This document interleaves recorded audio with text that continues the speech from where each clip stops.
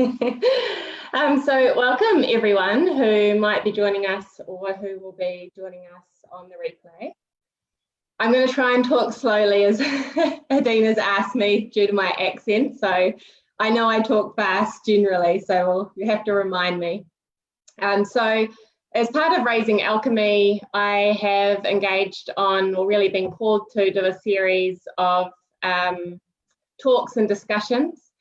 And it's really more, and has always been more around me connecting people. And I feel a really big calling to share, especially for the children that are coming into this world and the younger children, of how we can really support them through their awakening process from people's own experiences and also as parents. So we're both mums. You have 3 beautiful boys. And is it Yes. 10, 9 and 6 or 10, 8 and 6? 10, 9 and 6. 10, 9 and 6, great.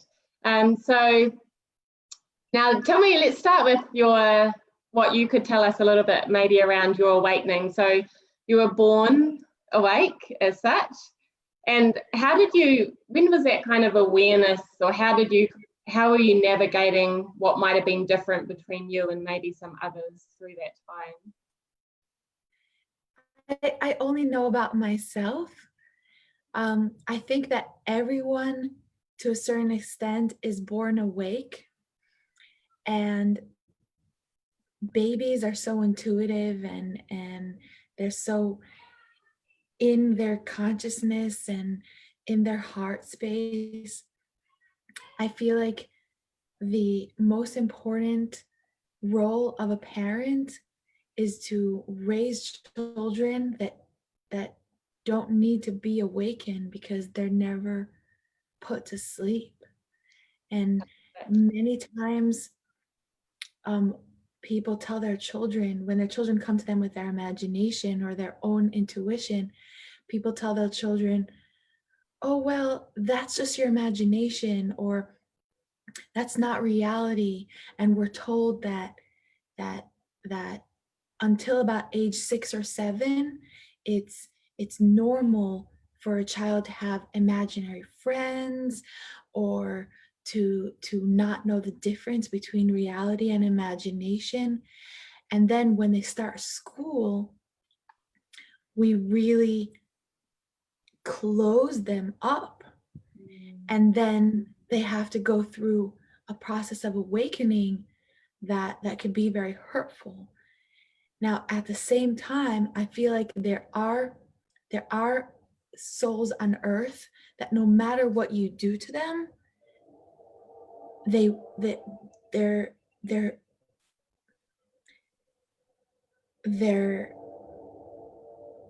power is so vibrant and radiant inwardly within them that they might keep it in their own space, but they won't fall asleep. They won't be closed off. And sometimes it's just because of who they are. And sometimes it's because that their journey is so powerful in a different way. Sometimes they go through so much pain, and which was in my case, I feel like it was both. And in order for me to stay alive, I had to keep to my own truth. My own beautiful inner world is what kept me alive through everything that I've been through. And that's why if I could go back, I wouldn't change a thing. I cherish it. And I agree with that. I wouldn't change a thing about my upbringing or my life so far either. And it has not been a touch on what I know, well, I don't know because I haven't been there, but what I can imagine that you've been through. So you were in a ultra-Orthodox community, was that right? Yes, it was basically a religious cult. Up until 5 years ago? Until 4.5 years ago, when I left to give myself and my children a life of freedom and choice, I feel that if anyone wants more specific details about my story, there is a TV show on Netflix called Unorthodox, which is very, very similar to my personal journey, and it's about the world that I came from. And there's a documentary called One of Us about 3 of my friends, and my journey is also very similar. Wow. The reason, and I always welcome questions, because if someone is asking something, that means that they're looking for an answer. I'm welcome to share about my journey. I'm happy to share about my journey, but I don't feel like it's very necessary. Sometimes it is at certain points, and the reason for that is that I always felt that way, and this morning I asked myself why, and I feel that it's because when people, I want to inspire, right? That's what I want. That's what I want to do more than anything. That's what I'm here for. But when I feel when people hear my story, they feel like, oh wow, she's been through such a rough journey. That's extraordinary, or that's so different. And then they see who I am. They don't automatically get the feeling, like a relating kind of feeling, like, okay, she's been through something that I've been through, and I see the path to get to where I want to be. Everyone has their own path. Everyone has their own journey, and every journey and every path is as beautiful as the next, because we're all life, we're all humanity. Mm-hmm. And I love your resonating smile. It's so beautiful. And I feel like the best way for me to inspire people is by just being me, shining my light and showing who I am. And then it's not like following a formula. It's not about copying what someone else did. It's not how I got here. It's about who I am, showing that it's possible to be who I am. It's possible to be who you are, for you to be who you want to be.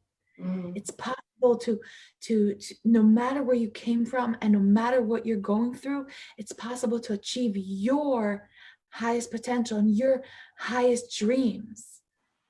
And I feel like me shining my light shows that. Absolutely. And I love that. And it's very hard not to compare sometimes, you know, especially I think wrapped up in the parenting as well, and how that looks. I find that there's so much judgment and so many, there's a lot of alignment with that as well. Like everything you just said was just so beautiful. And, you know, we're all on a different journey here, and we look sometimes for that comparison or something that we can relate to, or to almost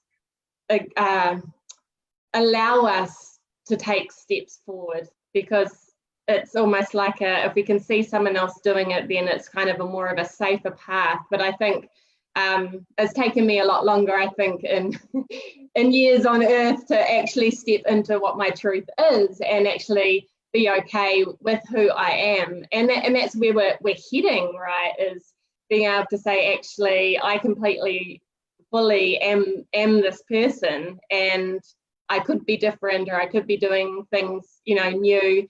And I think part of doing this especially, and what I love, like having, we've only been in contact, I guess, for a short time, I don't know, a few months now, off and on, mostly via Messenger. But what I love is when we interact with people and we can acknowledge them being who they are. And what I love, and I think I said, you know, like you have this lovely just peacefulness about you. And you've mentioned to me, you know, that you're just so much living in the now and living in the moment.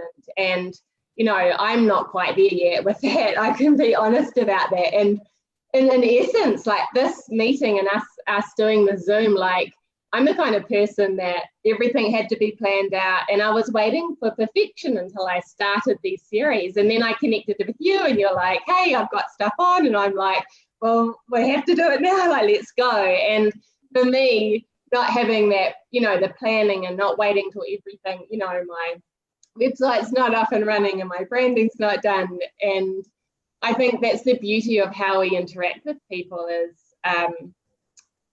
you know, I could almost say even you have taught me in this moment to be spontaneous with this. And hey, I don't have to wait until everything's perfectly aligned. And I think that's what's so beautiful. And what's so beautiful about this discussion now, because it's just happening, right? It was just, well, for me in the morning, just saying, hey, let's just do it. And you were there ready to do it with me. So thank you. We're in the flow. Exactly. And I'm proud of you for embracing being in the moment. Yeah. And it's just, you know, children teach you that immensely. They're just so in the moment. It's just such a beautiful thing to witness. Yeah. And so you were chatting to me a little bit, and this is perfectly fine if you don't feel comfortable about any of the topics I'm bringing up, but you were talking about how you'd had a number of near-death experiences, but in each of those you were awakened, well, you kind of came into more awareness of your being, if that's the right term.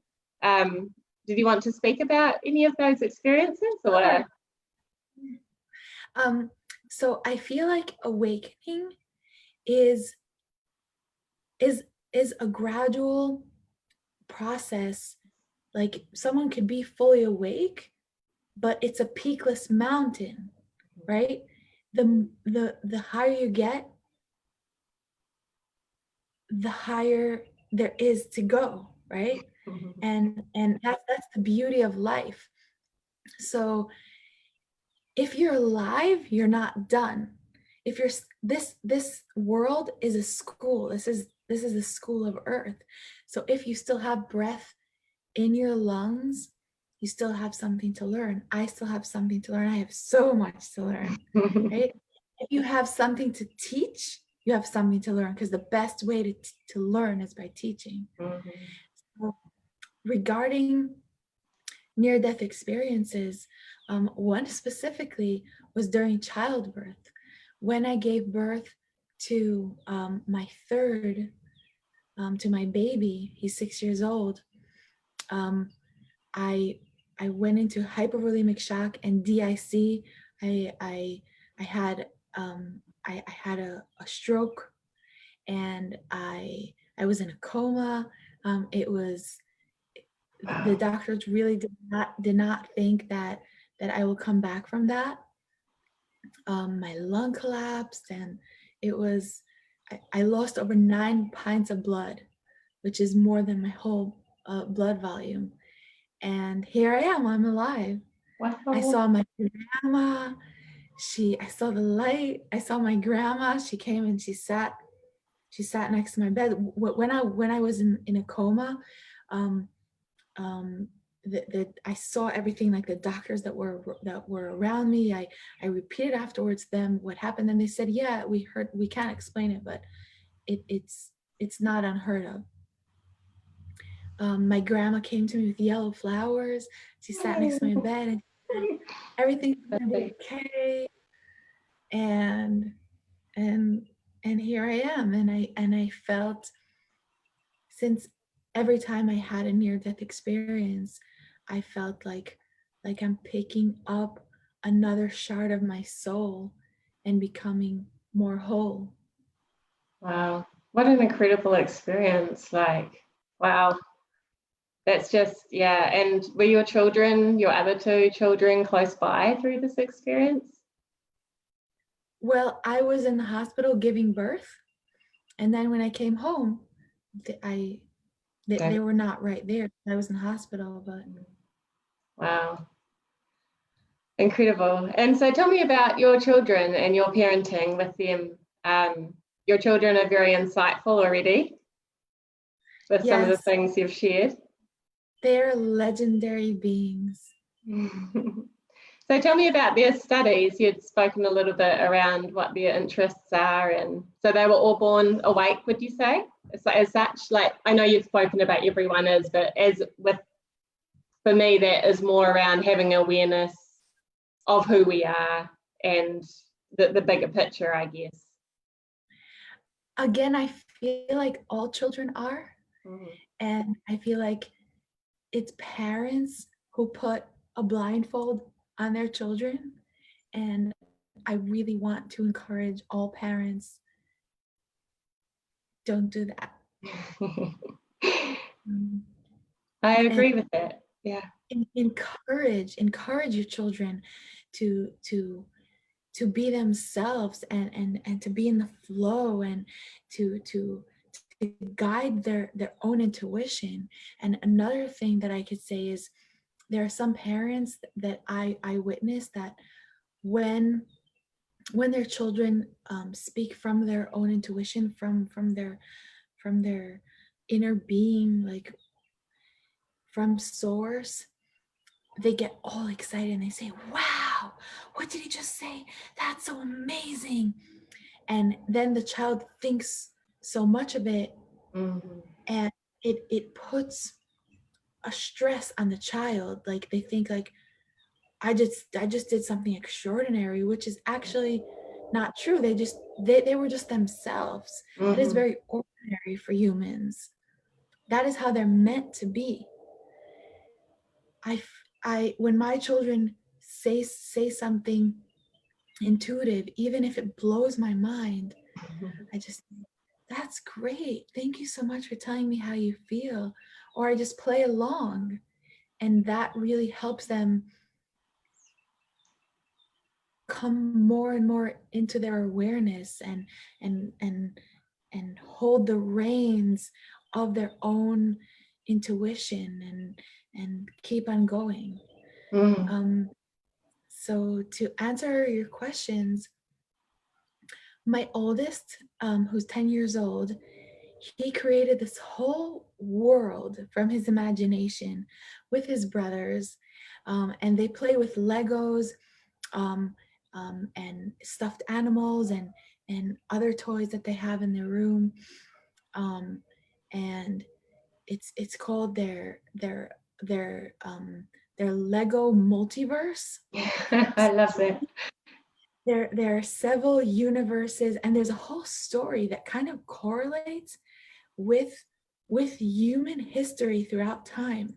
So how it all started, and there were different, and this developed over the years, and how all the different universes were kind of separate, and there were galactic wars, and now this past summer they all came to peace. So now there's no more wars. Wow. And one day he came over to me and he said, "Mommy, war is so passé. It's like it's out of style. There are still grumpy old people that believe in war, but even they are seeing that there's no use in war. We could all live in peace and harmony." Oh, that's beautiful. Yeah, and he gave all the homeless people in his galaxy, he gave them a piece of land, and he taught them how to grow their own food. Like, and my children never watched the news. I never watched the news. Like, just from his own intuition, and it's amazing. Oh, that is incredible. I love that. Yeah. So beautiful. Yeah, I think I'm with you on there. I think you raise a really good point, and probably one that I need to be reminded of sometimes as well, is that how our children are born and their intuition is natural. Like that is the natural path. And I find with my daughter, like I just I find more that it's more of me just interacting with more questions, asking her what she thinks, and like just recently we've been, she's been talking to, like, just interacting with plants and trees and like talking to them, which is beautiful, like interacting with them as a live being, which is what they are, right? Yeah, and I just love it. I just love watching the interaction, and they are, I think, especially when they're younger, my daughter's 4, I think it's really important to encourage all of that. And I've been saying to encourage her communication with, like, our pets, our 2 cats, and things like that. And I think that's really part of how we can introduce to the younger children just simple concepts that we often can take for granted as we get older. And being in nature, we're really lucky. We live in New Zealand, so we're surrounded by, the smaller towns, and there's lots of smaller towns and cities with such beautiful nature surrounding. So, and you guys have got, you get out and about in nature a lot. Yes, we love nature. I want to add to what you said. I feel like asking a child questions in order to kind of use them as an oracle. I feel like parents do that sometimes, and I feel like that puts pressure on children, or in order to see what they will say. I feel like it's best to just listen and be there for them and hear them. And if you want to guide if I feel like if parents want to guide their children, the best way is through example. So if I want my children to look at the moon, and they're not necessarily looking at the moon right now because they're all the way down there and they're looking ahead, and I want them to see how beautiful the moon is. So I just say, wow, boys, look at the beautiful moon. Or say more than that. I don't even say, boys, look at the moon. I just caught myself. I would say, I think it's better to say, I love the moon. Oh, thank you, moon, for being here, right? Or if I feel like it would be helpful for my children to do something like yoga, then I take my yoga mat to the living room and I do it in the living room. And then if they feel called to do it, they will do it too. Or I decide I want to have a dance party. So I turn on music and I start dancing in the living room. And if they feel called to do it, they will join me. I feel like our job as parents is to be there for our children and to answer their questions and to guide them through being their role models. When you're guided through a role model, you filter it through your own consciousness, through your own heart space, and you see if it's right for you, and if it is, you make it your own through example. But when people tell you what to do, you either rebel or you try to copycat them, which takes much longer to learn how not to be, or how to make something else of your own. And I feel like that's what doesn't work about religion, right? Because Jesus was an awesome human, right? And the Buddha was an awesome human, and Moses was an awesome human, and Muhammad was an awesome human, and everybody's an awesome human. But they shared what worked for them. And we can be inspired by those people or other saints, and really by anyone. But you could see that the people that really wanted to inspire never told people what to do. They just shared their love, and they just shared their love and shared their point of view. And when people learn by example, they learn how to be themselves, but a better, higher version of themselves. I love that so much. You've just taught me so much in that last discussion. I'm totally going to change the whole question and ask, because you're absolutely right. Like you've given me so much insight. Thank you so much. I think you're right. There were so many key points there around how if we just do what we're doing, and it's up to the child whether they would like to interact with that. Like with yoga is a perfect example. Instead of kind of forcing them on a mat and saying we're going to do yoga and you know, on that path, just it's more of an open invitation, isn't it, to just be and be doing. Yeah, thank you. I love that so much.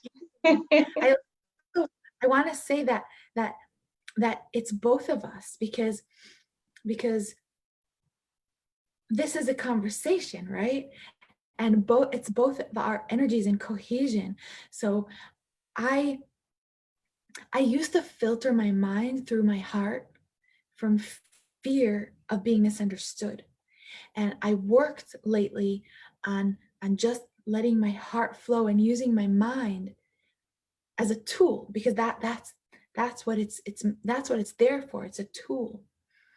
And that helps me live in the moment, and that helps me really be in the flow. And most of the time when people ask me questions and we're having a lighted conversation, I learn as much as they're learning, because I just feel like life is speaking out of me. So it's not like I'm trying to teach you something. It's we are both teaching each other. Like it's a combination of both of our energies. Yeah, absolutely. I love that. Absolutely. And life itself, because we are all one. We are all part of a whole, and humanity is part of the all that is life. Life is what we are. We're a part of life, and we are all life. Just like water, when like one droplet of water goes into the ocean, and then it's like nothing, but it's the ocean. Right? Yeah, absolutely. Absolutely. I read that somewhere. That's not me. It's beautiful and true. Yeah, it is. It's all combined, right? We all make up the energy of the earth and how we learn and respond. And yeah, I love it. Amazing. So I touched on this a little bit when we were chatting before we went live, but I find it really interesting because I still don't completely in myself understand the different types of templates. And we were talking about how I had mentioned to you that you had in another discussion mentioned that children could relate very much to your template. Could you explain a little bit of your understanding of that again? Because I find it really, really interesting, and how you were mentioning your template was changing. And I know that the templates, you know, of those children coming into the new world now, or the world or the earth is different from what exists in some cases as well. So it'd be great to get some understanding from your perspective of that. Okay. So I feel that there's a human template, right? And it changes throughout the generations. What used to be moral many years ago could be very immoral right now, and vice versa. Not really vice versa, because it's the human template is upgrading, right? We're coming more into instead of using our fight and flight mode as our main mode of consciousness, we're becoming one, and we're becoming one heart, and love is how we understand and connect, and sound is becoming a way of communication more than words, and so on and so forth. in every generation, this is what I feel, in every generation, humans are born with a similar template, so they could relate to one another, and so they could go about what needs to be done during those generations. There are in every generation there are people that come early in order to be an example and to make it possible for the next template. I'm sure that there are many of us that feel like me. I've always felt very different than my peers, than the people around me, and it was harder for me to relate, even though all I wanted was to love everyone and to connect with everyone more than anything. But I did not receive that so much back.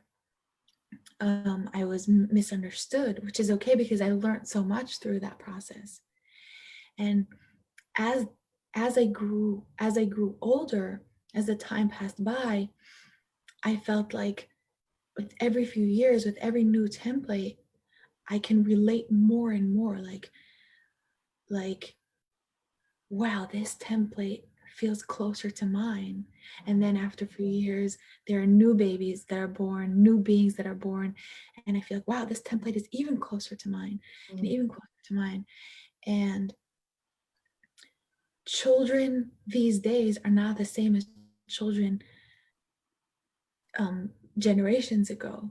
Children are so much more intuitive, and they're driven by love and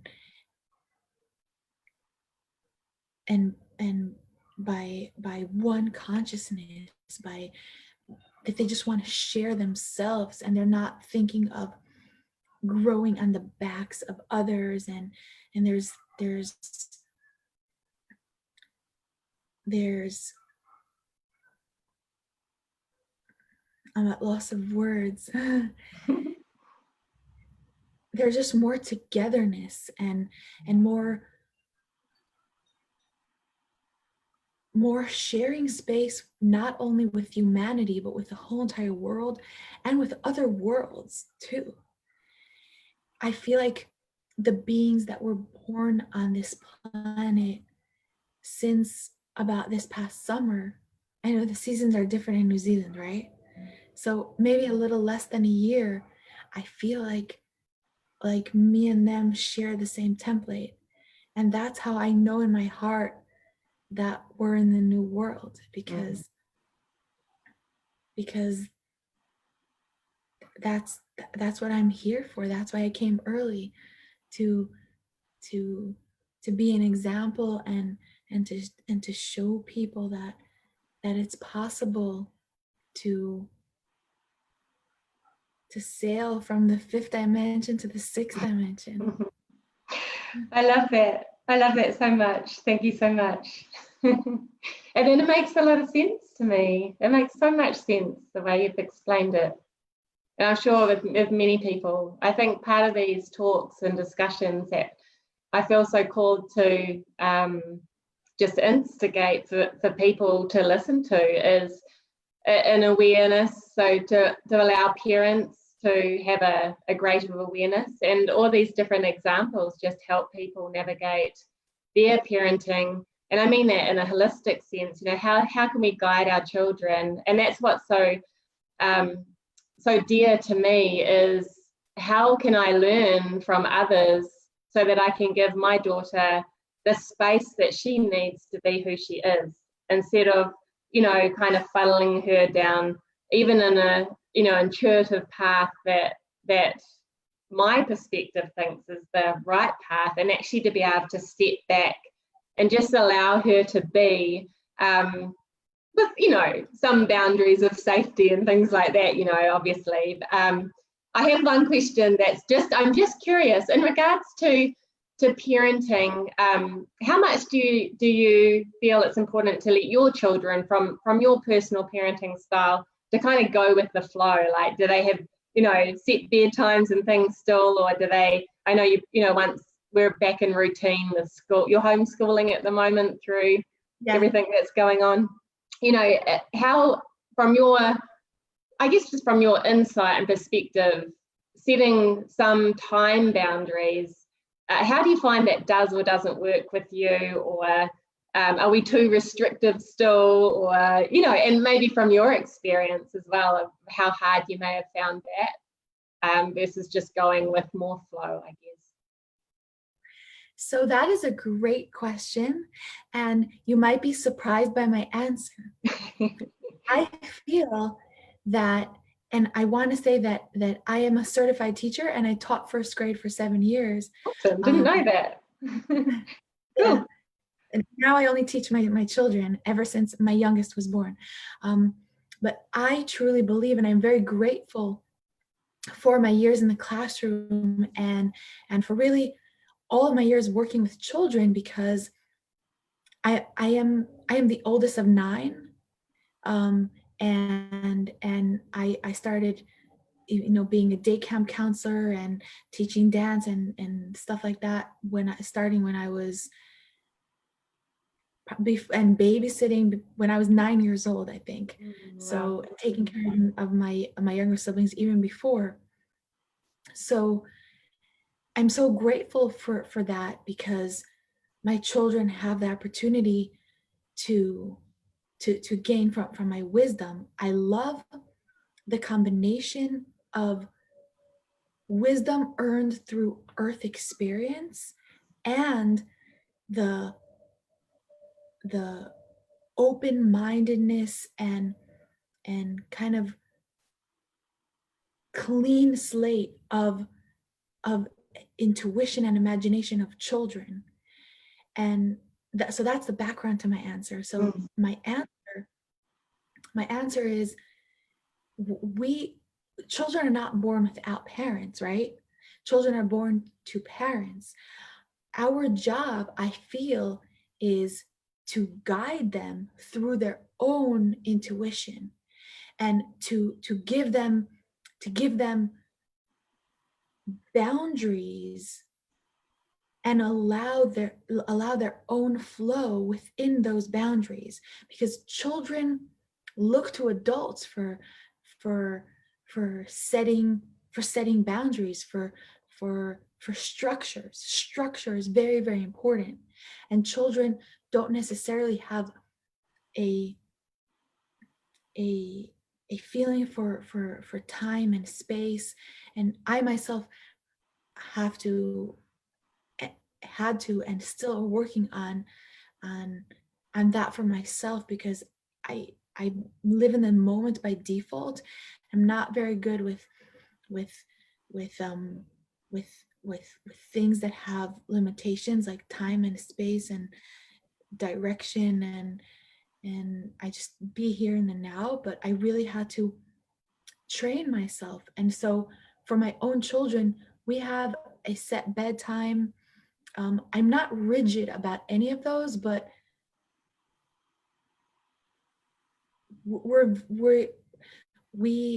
to give you specific details, my children wake up with the sun, and we all wake up with the sun. We live by the sun, and we all have breakfast together. We all have 3 meals together. They have when they're in school, they have lunch at school. We have a routine. Within the routine, there is so much space and infinite room for growth and flow. We prepare meals together, we cook together, and we have our outside time every day. My children do their chores. I want to teach them to be responsible. Little chores like making their bed and unloading the dishwasher and setting the table. They all have the same chores every day, because practice makes progress. That's what I believe. Yeah, great. And I want them to learn how to be masters of their own time, masters of their own skills. We have I allow them an hour and a half on their video games if they do their chores and if they are kind to one another. And sometimes we have movie night, sometimes we have dance parties, sometimes we have game night. We have a bedtime routine where we have dinner and then we clean up after dinner, and we have bath time, story time, and then I sing to them, and I put them to bed. We have a routine for bedtime. So there is kind of the bare bones of the routine, but it's always open for change, because stagnant energy is death, right? Flow is growth. So we always expand on our routine, and we always learn more. We all learn together. And during, let's say, we have adventure time, so we have different choices during our adventure time, and if we come up with something else that could be new to our adventure time, that's a possibility too. And that's just an example. And we during our story time, it could be one of the children telling a story, it could be me reading a book. It all depends on the feeling in the moment, and you get the point. Yeah, I love that. Thank you. Yeah. We have routine again, but we do a similar style in the sense that, we, even with my daughter being a bit younger, we help to clean up, and we either tell her a story, or she helps me tell a story, or we read a book, and we have that kind of flow as well. But yeah, I think it's important. I love what you said around the mastery, because I think it starts with very small things, and they can be day-to-day things as well, like following something through to completion as well, regardless of how small it is really important, I think, especially for children, because I think they can get sometimes distracted, even though they're very much in the now and focused on things that they do. I always encourage my daughter to follow through with what we're doing. Yeah, I love that. Thank you so much. And I'm just going to check the Facebook feed on the other screen and just see if there were any questions, just in case there were some there.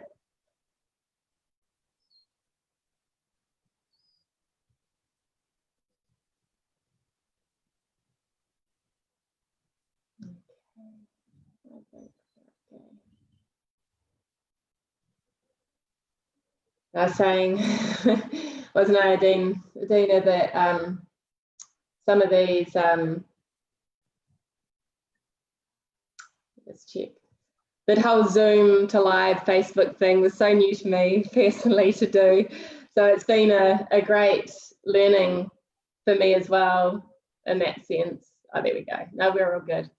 Is there anything else you'd like to add before we wrap up and go back to our days? Just that I love you all, and if you're alive right now, you are awesome by default. I agree. Everyone's just such an amazing, we're all amazing living on this planet. Yeah. And we all are like, we are one. We are love. Oh, I love that so much. Well, thank you so much. I've so enjoyed talking with you. Me too. Thank you so much for having me. Oh, thank you so much for giving me the time. Like, I really appreciate it. Thank you so much. Sure. And we'll speak soon. Yes, thank you. Bye.